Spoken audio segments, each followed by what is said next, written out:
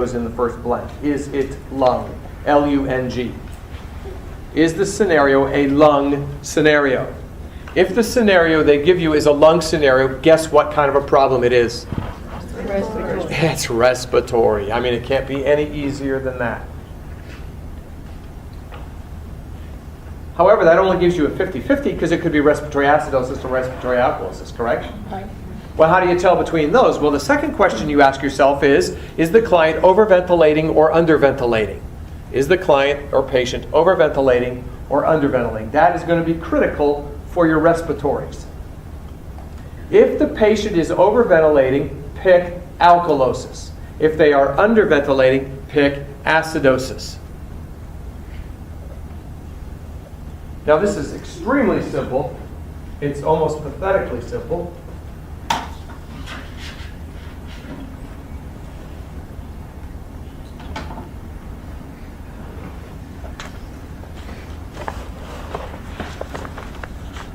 Are these not the only four options you have to choose from when you combine them to make these imbalances? It's either metabolic or respiratory, it's either acidosis or alkalosis, right? So you're choosing between these four words, correct? Well, let's look to see how this works. If the client is overventilating, let's take the word ventilate. Which of these three words fits best with the idea of ventilating? Exactly. Now, we're left with what? Over. Of the remaining three words, which word has the closest connection to something being over? Why alkalosis? Because it's over the normal. So that's alkalosis. So if you put them together, ventilating over becomes respiratory alkalosis. See how easy that is? And if I say the patient is under ventilating, what does vent become? Respiratory. What does under become? Acid, because that's under the normal. So under vent becomes respiratory acidosis. You see, you're just translating. You're just translating. See that? How many understand what I'm saying? Okay, do you see how easy this is? You're simply translating. So when they say overventilate, you say, oh, respiratory alkalosis. Underventilate, respiratory acidosis. So let me ask you this. They give you a scenario where a woman is overzealously using her breathing techniques during labor. She's really overzealously using those breathing techniques. What acid-base disorder would she exhibit? Well, is that lung? Yes, she's breathing techniques. Overzealously using breathing. So that's lung. Is she overventilating or underventilating? Overventilating. You translate that to mean respiratory alkalosis, and that would be your answer. You have a child who was a victim of near drowning. What acid-base disorder would it be? Well, is that a lung scenario? Near drowning. Yes? Would the kid have been overventilating or underventilating when he was nearly drowning? Under, so he would have respiratory acidosis. Your patient has emphysema and air trapping. Is that lung? Yes. Is he overventilating or underventilating? Under, so he would respiratory acidosis. Be careful. Ventilating doesn't mean respiratory rate. The respiratory rate is irrelevant here. Everybody pays way too much importance to the respiratory rate. Do you understand that ventilation has to do with gas exchange, not respiratory rate? For example, I could say that a person had pneumonia in 4 lobes of the lung. Pneumonia in 4 lobes. They're breathing at 50 a minute, and their SaO2 is 78 on 8 liters per mask. You got it? What do they have? Pneumonia in 4 lobes. They're breathing really fast, but their SaO2 is really low. Now, is that person overventilating or underventilating? Under, even though their rate is 50, because rate has nothing to do with it. And everybody pays so much attention to rate, they miss these questions right and left and don't understand why. because you're paying attention to the wrong piece of information. It's not about the rate, it's about the SaO2. Would you agree with me that if your SaO2 is good and you're breathing slow, you're fine, but if you're breathing fast and your SaO2 is low, you're actually underventilating? So the rate can be tricky. So what am I trying to tell you? When you get acid-base disorder questions, what piece of data in the question is real shaky to use to get your answer? Respiratory rate. Because a lot of times it compensates, which means does the opposite, so you'll totally get the wrong answer. You see what I'm saying? Pay attention to what? SaO2. All right. Somebody's on a PCA pump. What acid-base imbalance would tell you that maybe they need to come off that thing? They're on a PCA pump. What acid-base disorder would tell you they need to maybe come off that thing? Well, you say, okay, well, PCA pump, what do you know about PCA pumps? They what? Depress respirations. Why would they need to come off of it if they were, what? Getting too much, which would make my respiratory rate go really what? My ventilations go really down, which would mean I would be under ventilating. So the answer would be respiratory acidosis. So respiratory acidosis would tell you that maybe you need to back off that PCA pump. Is that making sense? And see, those are questions you may not have even thought you know the answer to, but you can get the answer if you just calm down and use it. Because this is a what? It's a tool. So use the tools at your disposal. Don't say, I can't get the screw out, and the screwdriver is still sitting in the box. Grab the screwdriver and try to get it out. So many times I teach people tools on how to take tests and everything, and then I do test questions with them, and they leave the tools in the box. You know what I'm saying? Get the tools out. Start using them.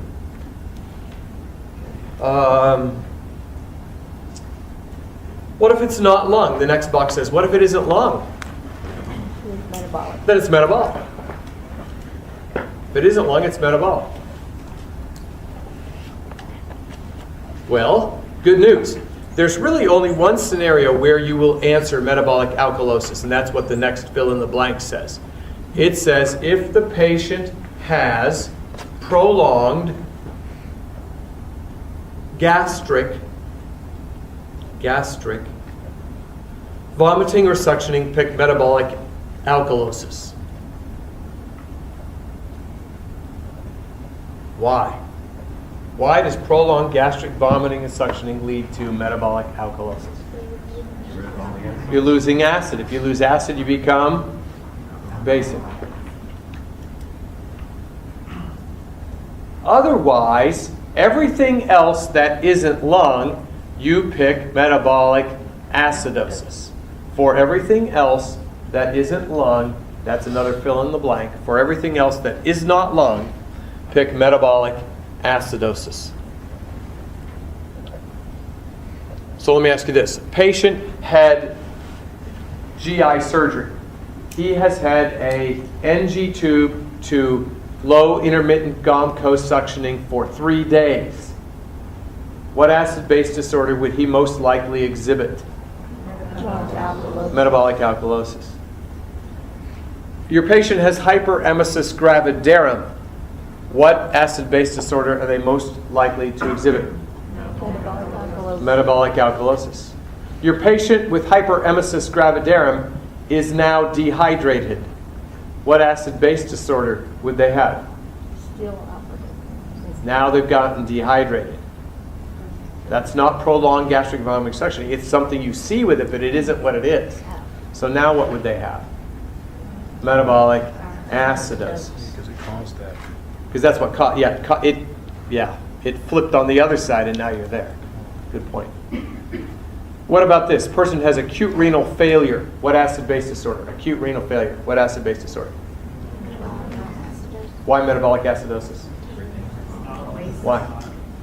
You're right, but why? Is it lung?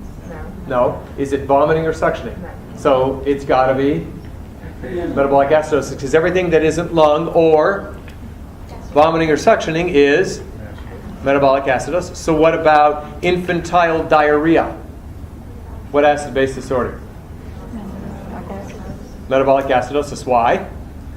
It's not lung and it's not vomiting. That's the other end. Diarrhea. Okay. What about third-degree burns over 60% of the body? Third-degree burns over 60% of the body, first phase. What? Absolutely, metabolic acidosis, because it's not what? Lung, and it's not vomiting or suction. Okay, what acid-base disorder do you see with idiopathic bullous pemphigus?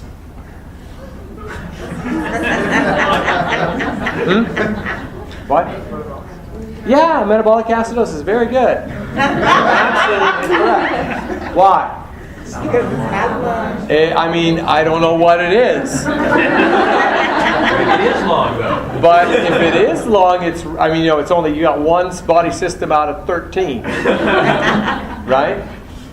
And if it's vomiting or suction, you've got 1 out of 1,000 symptoms. So when you don't know what it is, what's your answer? Absolutely, metabolic acidosis. In everybody right now, as you're sitting there, I want you to set your default setting for answering acid-base questions to metabolic acidosis. Okay, everybody, do it. Okay? Do it. So that when what do I never want to hear? I never want to hear you guys go, oh, I don't know what acid-base disorder is because I've never heard of that disease. That's when you absolutely do know what it is. It's what? Metabolic acidosis. I've used that rule for 20 years. I take the HESI twice a year. I take ATIs. I take Kaplan junk. No, stop. I shouldn't say junk. Why did I say that? Kaplan quality materials. And I do every book that's published, everything that's there. I do that. Why do I do it? It's my job to prepare for you guys. You know, I better know what's out there, and I better know what's current, and I better know how it's being tested. So I've done, if it's been published, I've done it. I've even been to the NCSBN site and done their questions. So I know what these questions, and every time I don't know on an acid-based question, what does Mark Klimek pick? Metabolic acidosis. And he's 100% right every single time. I have never missed a question using that. All right? So let me ask you this. What do you have to know for acid base? Well, what you have to know is if the pH and the bicarb are both in the same direction, it's metabolic. As the pH goes, so goes my patient, except for potassium. Matt Kuzmal. Overventilate, underventilate, translate. Vomiting or suction, metabolic alkalosis. Everything else, metabolic acidosis. If I don't know what to pick, metabolic acidosis. That's acid base. That's all you have to know. So, say it with me. If the, come on, get in. Okay, if the pH and the bicarb are both in the same direction, it's metabolic. As the pH goes, so goes my patient, except for potassium. Who's your favorite Scotsman? Okay. Overventilate, underventilate, translate. What do I mean by that? Overventilate, underventilate, translate. Yeah, translate the word. Overventilate is respiratory alkalosis. Underventilate is respiratory acidosis. If it's vomiting or suctioning, pick metabolic alkalosis. For everything else, pick metabolic acidosis. And when you don't know what to pick, pick Metabolic acidosis. Yeah, I use that all the time. That works for you. Okay, those are helpful tools that work. All right. Yes. So this one, just to make this clear, that one question you asked, if you have severe vomiting and you've gotten dehydrated now, that you look at the dehydration. Dehydration, right. So now it's Right. There's a rule in test taking. So watch what they're asking. Yeah. When you want to get a question right, you always pay more attention to the modifying phrase than the original noun. Did everybody hear that? You always pay more attention to the modifying phrase than the original noun. Do you see what I'm saying? So a person with obsessive compulsive disorder who is now psychotic, what's more important? psychotic, then obsessive. Do you see what I'm saying? A patient with vomiting who is now dehydrated. The dehydrated takes precedence over. So the modifying phrase trumps original noun. And people get caught on that every time. Boku questions. They crash and burn on that. Because they're focusing on original noun. It's gone past original noun. It's now modifying phrase is what the question's about. Good question. Okay, let's talk about ventilators and we'll take a break.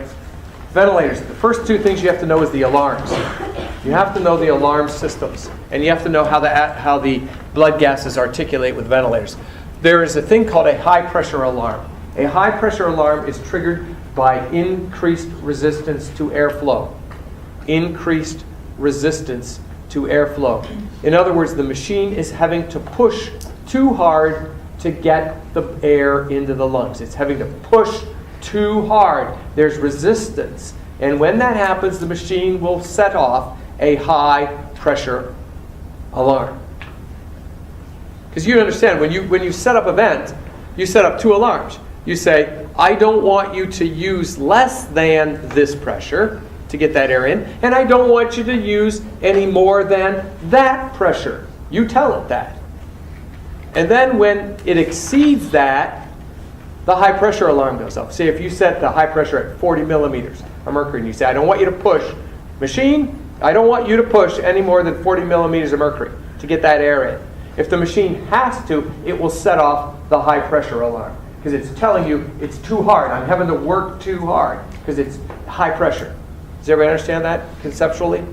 Okay, now what would it be due to? Well, obstructions. There are three obstructions. Number one, kinks in the tubing. The tubing could be kinked. Would that increase resistance? Mm-hmm. Sure. So what do you do for that?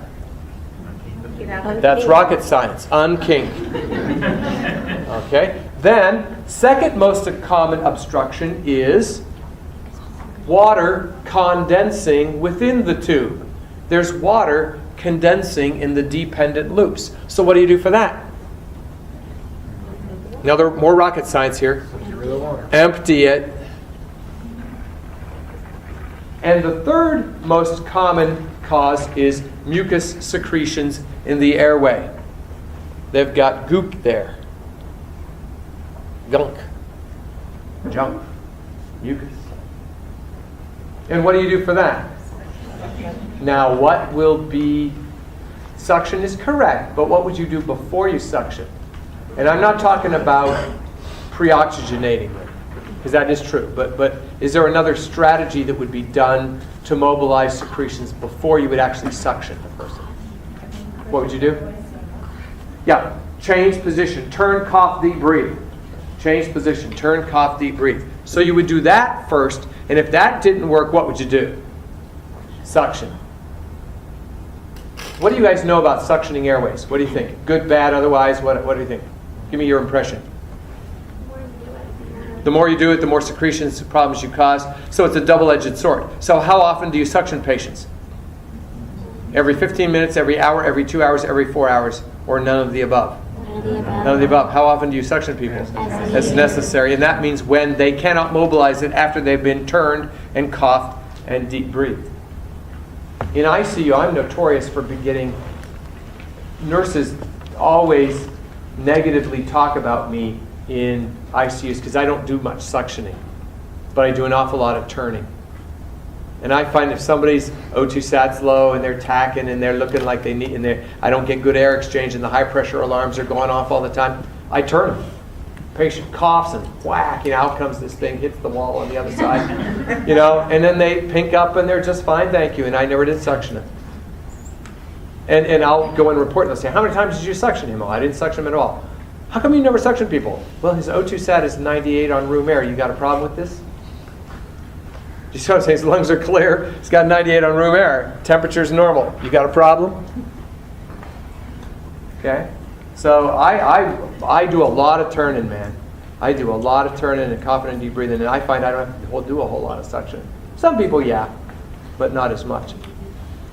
Okay, so that would be a click and drag. What do I mean by a click and drag?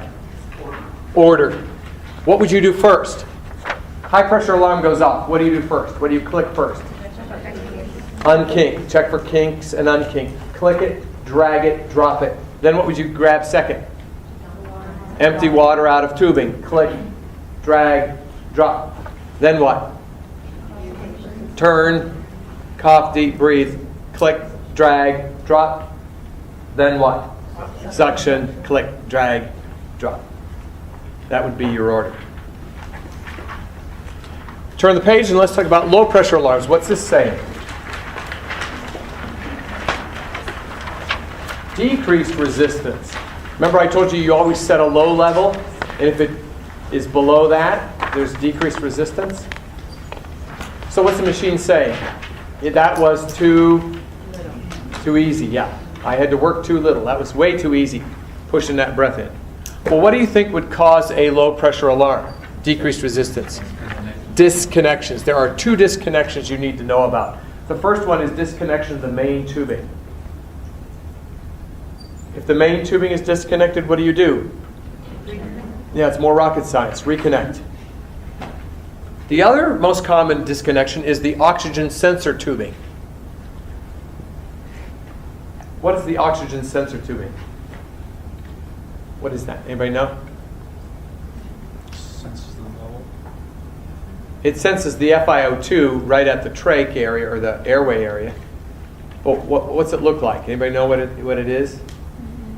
It comes from the ventilator machine. It's a wire, a black coated wire. It's very small. It's probably about half the diameter of your pencil or pen that you're using there. And it goes right along the tubing, piggybacking it along the tubing, and it comes right where the trach or the endotube is, and it kind of just hooks. It's like do you have a computer where when your battery's low, you take the cord and you hook that little cord in there, makes a right angle? You have one like that? Well, it's like that. It hooks into that hole in the tubing, and it measures the FiO2, the oxygen delivered right there. But if that pops off, when the air comes in, what's it do? It goes out that tube instead of into them, and there's less resistance. Do you see how that would work? So you have to just take that sensor and plug it back in. Because so many nurses, it'll be going bong, bong, bong, low pressure, and they're going, but it's connected, and here's the wire hanging down, and they don't see it. So reconnect the main tubing, then reconnect the oxygen sensor. Those are the 2 most common problems. So in general, what are high pressure alarms due to? In general, obstructions. In general, what are low pressure alarms due to? Disconnections. And LPNs, this is the same as RNs. You understand the RN test to LPN is the same information. It's just from a different perspective. For example, like an RN question would say, you have the following 4 patients. Which one would you assign to an LPN? The LPN question would say that you have the following 4 patients. Which one would you accept as an assignment from an RN? It's the exact same 4 people, just looking at it the other way. Do you see what I'm saying? So you really do, LPNs and RNs need to know basically the same kinds of things. They just need to know the difference in the scope of their practice. In some ways, no, I won't go there. Okay. What about acid-base disorders? Respiratory alkalosis. Respiratory alkalosis means the ventilator settings may be too what? High. Why did you say that? Breathing too much. We can turn respiratory alkalosis into another word.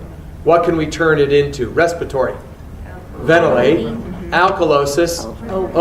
Over. So then you read it. Over-ventilating means the ventilator settings may be too. See how easy it is? All you do is take these acid-base disorders, turn them into just normal words, and the answer will jump off the page at you. So what is the other word for respiratory acidosis? Underventilate. So underventilating means the settings are too low. You got that? Now how would this be applied in a question? And we'll do this question, then go to a break.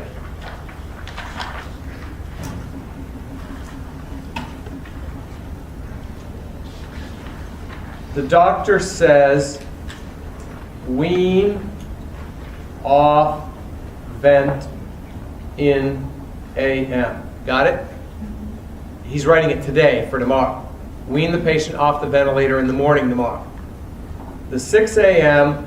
ABGs show respiratory acidosis. What would you do?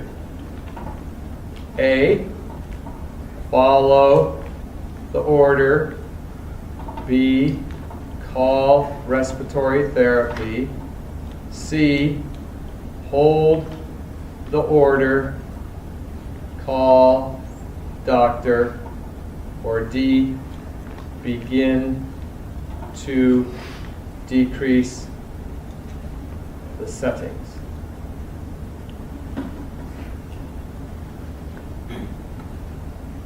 What would you do?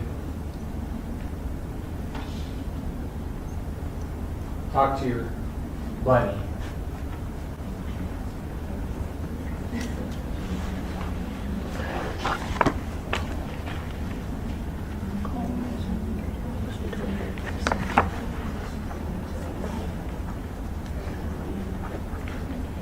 And LPNs, it would be wherever it says call doctor, you can put notify RN.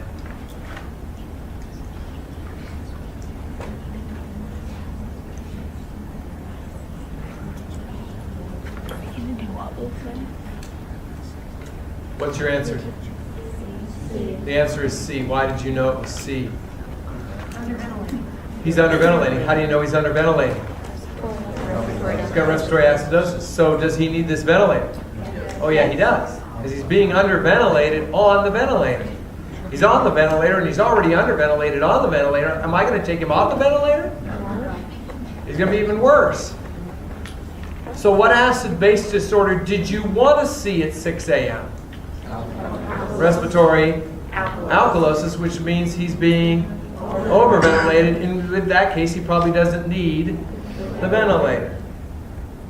So is this hard or easy? Do you guys, an hour ago, if I told you got to get a bunch of questions on ventilators and acid-base and how you use your acid-base imbalances to know what to do with ventilators, how many would be going, oh my goodness? Okay, how many do you see it's not really hard? It's very simple.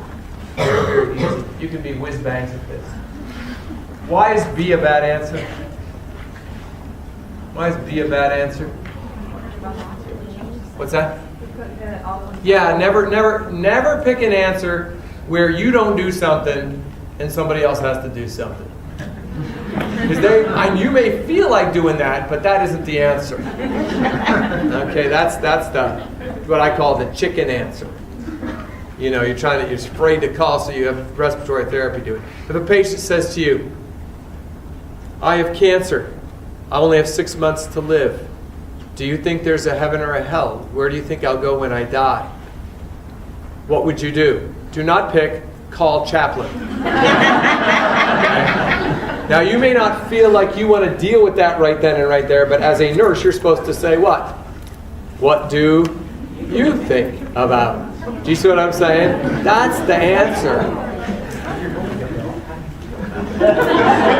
Yeah, you're going to hell. How's it make you feel?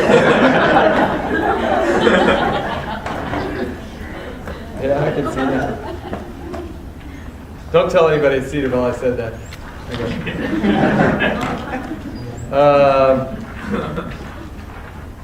Okay, take a 10-minute break.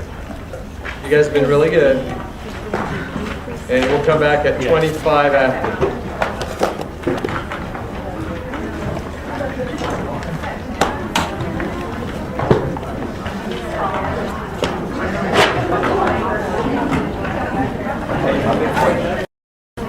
Darker and darker.